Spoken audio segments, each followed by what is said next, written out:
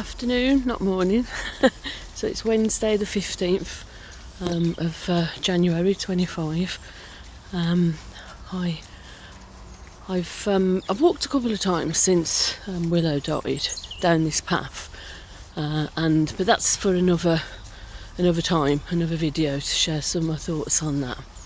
What I want to share today is so I've been to my business network group, and towards the end I'd shared some of my observations on a few things just at the end of the meeting, and I had some responses and some other people's thoughts on that and views, which I noticed was really helpful, because as we all do, and me included, you don't know what you don't know, so you can make up things based on other people's reactions, how somebody looks, the nod of a head, and in those responses I did consider other perspectives.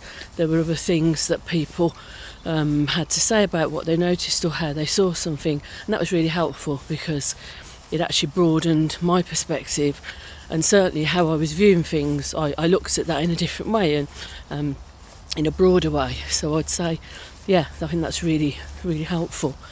The other thing that I noticed was that I can consider the other views and the other perspectives, but what happened was I was aware that I felt at one point, and bear in mind this is my observations and my reflections, not based on what other people have done or haven't done, was in that reflection I noticed that I felt quite emotional internally, as in feel the emotion rising, felt a bit upset, but I could feel it more or less in the top of my chest, and I sort of swallowed a bit, breathed a bit, and realised that it had caught something else in me emotionally, and knowing what I know about myself, I realised it was probably something else also that was being triggered in some way, and then went to the toilet just discreetly, so to speak, and just did some breathing exercises, which I would say to anybody sounds really basic and obvious, but if you're feeling a level of emotion, upset rising, a basic way of regulating is to actually just do some really, really deep breathing, do some deep breaths, and then try it again. But one of the other things that really struck me about this was that it had also tapped into, if you like, some kind of emotion in me, which was I actually thought or felt at one point that some people were not listening to me, like I was talking about something, and then it appeared that people then started to have other conversations between themselves, and I really felt something quite visceral rising. And so, as I said, I took myself off at some point, and I was quite before that I tried to be quite honest and truthful, which I think to speak your truth when you're feeling quite emotional, I find can be quite hard at times, and particularly not even just to an individual but to a number of people. But then I was talking to one individual after, and I was sharing that I knew the emotional response, the rising in me, that I'd then struggled to, I suppose, really stop from tipping over the edge, for want of a better term, was it was this not being listened to. And in a broader context, I know that when I've had a few emotional responses like that, it connects to being shut down, being cut off. And I was sharing with this other person that I recall, sort of growing up, I was always quite a sensitive person. I know that and understand that underneath it all. But I think that sensitivity was, in a way, I internalised that because of other messages I received, that it wasn't the time and place to share it. In fact, it was seen as a weakness. So I learnt to shut that down quite quickly. But the other thing that the other message that I felt I received quite a lot, and as I said, a lot of these are unconscious things for other people, they're not intentional, was when particularly my mum used to say, I don't want to talk about it. So, and obviously you can imagine with 3 kids then, not quite 4 then, 4 later on, she'd obviously at some point, like I'm sure many parents would be, under stress and pressure and a whole multitude of things that they're juggling with, that many kids and all the other tasks that come along with it. And so her default, as I would call it, was to, under pressure, would say, I don't want to talk about it. And I've probably shared in other videos, or I think I may have shared in my Sunday Lives at some point, background context is I've created over the years about 6 or 7 what I call vignettes, little mini stories that include my mum in all of them, right up until the day she died, with this line, I don't want to talk about it. And then I remember one day I was driving in the car, driving my daughter, picked her up from childminder, she's about 11 or 12 maybe, and I realised I'd got some appointments mixed up. She thought we were going off somewhere. I got it in that I'd got a client. I felt really bad about it at that point, was apologising. Understandably, she was getting worked up and annoyed about it and started to raise her voice. And I remember coming out with the line, I don't want to talk about it. And as it came out my mouth, I clearly remember knowing, I felt it really, really strongly. And I'd already been, I was aware enough, I'd been doing some work around that. And felt, okay, I know that this is, if you like, my mum's voice in a way as well, coming through. And I was very clear I wanted a different relationship with my daughter, not better or worse, notice, just different. Again, Mum came from a generation where you weren't necessarily encouraged perhaps to, be, I don't know, sort of, I say warm, not warm isn't the right word actually, all that thing about showing what you think and feel, or, just being a bit more in tune and aware of what you want to say and think. And she was a much more sort of authoritative parental type figure, but to be frank, that was her way. That was probably what was needed to a large extent with, 3 kids, then 4 later on. But actually, I just became aware of what that meant for me and the upside and the downside later in life. And I became really conscious that what I wanted to offer, not only my daughter, but actually what I sort of wanted for us, our relationship, our narrative, was something different. Somewhere I wanted her to be able to speak her truth, actually. That phrase is really key. Speak her truth, be more honest, more able and open to say what she felt, even if it meant, I didn't want to hear it, I didn't like it, or all that other stuff that comes with it.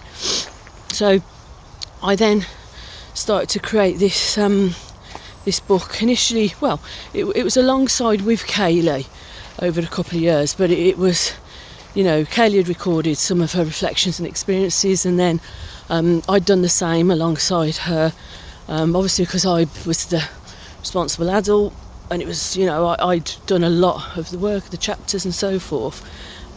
So it then came to a point where she was fed up of doing it to some extent, didn't want to do it to the same degree, totally get it. But we talked on and off about what we might do with that work. And then I tried to, it was the early stages, I remember talking to somebody about perhaps getting, I did talk about, put chapters together, looked at the idea of how trying to get it published. I actually did send a few of my proposals off to a few publishers and so forth. I had some feedback, but it was at a point where I think I'd put so much into it, both me and Kaylee, that I think I was tired, drained by the whole process to some extent.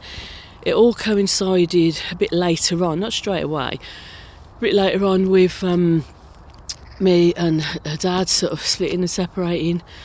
That became tied up with it's me and Kaylee in the book and what that meant, and it was sort of left on the shelf, for want of a better term, but it was parked up, and to some extent it was I wasn't sure how to revisit it after a little while when I did consider it, because I was obviously mindful of what I'd need to have a conversation with Kaylee and what that looked like and so forth.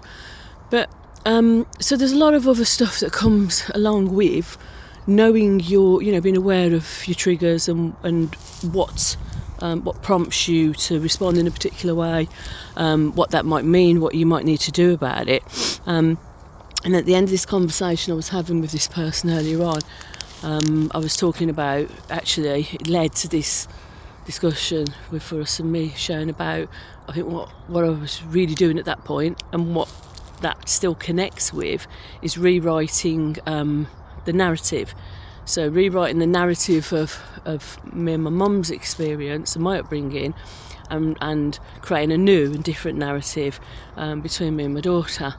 And as I said, the backdrop to some of that is my development, if you like, in terms of this being told, I don't want to talk about it, and me being quite sensitive anyway. I was growing up, cutting off my emotion, being aware that it felt like what was being communicated at the time, and unspoken maybe as well as that, was that my vulnerabilities, my sensitivity wasn't really, there wasn't room for it, and I internalised that to mean, okay, well, to be upset, to cry, to show your vulnerability or your emotion isn't seen as strong in some respects. Now I've spoken about that since on other videos, I think, and worked on that. But yeah, it was just a really interesting reflection today, because I don't experience that strength of emotion that showed up, and I don't feel like that all the time, but it linked to what I know about what's important about my work, and maybe what I don't always communicate, and all end up maybe what I need to revisit. So this person then turned around to me and said, what was it now? He either said, so what are you going to do about the book, or when are you going to when are you going to write the book then, or when are you going to revisit it? It was one of those three. but it was it was something along the lines of, so what are you going to do with the book? So that, just left me going, okay. That's I'm not answering that, by the way, right now in this second. That's an open-ended question in itself right now. But I just wanted to share my reflections on that, where that, that cutting your voice off sometimes, that level of emotion that rises, being aware of what that means for you, and how challenging speaking my truth can be at times, but I know how important it is, and I continue to push through to do that as much as I can, and to role model that as well. That feels really important to me, and however challenging and difficult that might be in that given moment, I know that when I have spoken it and then I've been able to process it and talk that through, share that if it's appropriate with others, I always feel much calmer, freer. I feel like there's something in me that feels okay, and that something's been resolved, as opposed to sitting in me and in my body somehow, and it's something that I need to get clear, speak about, to know that I think my relationships then with other people or another person is also coming from a truthful, grounded place. So that's a rather longer video. Ooh, okay. I was trying to aim for about 5 or 6 minutes. Don't ask me why. But I deleted the other day. I was up to it going, trying to do all these videos about my reflections on Willow, and it weren't happening. Partly because my storage was up to the max. But I've deleted some stuff to create other space for this. And now I've probably got to the max again, looking at the time. So have the rest of a lovely day, afternoon, evening, week, month, whatever it is when you're watching this. So that's Mandy Gutzel, Mandy's Musings, Mandy at nolimitscoach.com, all those things. I hope you gain something from watching this on some level. and if you need me and my support, my services, whatever that looks like, then please feel free to contact me. All right, take care everybody, bye.